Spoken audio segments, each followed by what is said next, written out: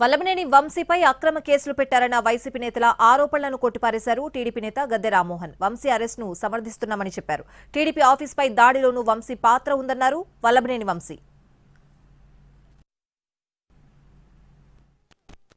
వంశీ గారు ఒక దళిత యువకుడిని హింసించి తన కోర్టులో ఏదంటే కోర్టులో తెలుసుకోవాలి ప్రజాస్వామ్యం హింసించి 2 రోజుల పాటు కిడ్నాప్ చేసి వాళ్ళ అనుచరులే తీసుకొచ్చి వాళ్ళ కోర్టులో వాంగ్మూలం ఇప్పించి ఇవాళ ఆ పార్టీలో ఉన్న నాయకులు చిన్న నాయకులుగానే కానీ చాలామంది కోర్టుల పాలు జైలు పాలు చేసే పరిస్థితి వచ్చింది. ఇది అక్రమ కేసు అని వస్తున్న వైఎస్ఆర్సీపీ పార్టీ నాయకుల్ని ఒక్కసారి మీరు కళ్ళు మూసుకుని గుండెల మీద చేసుకుని చెప్పండి ఇది అక్రమ సక్రమం.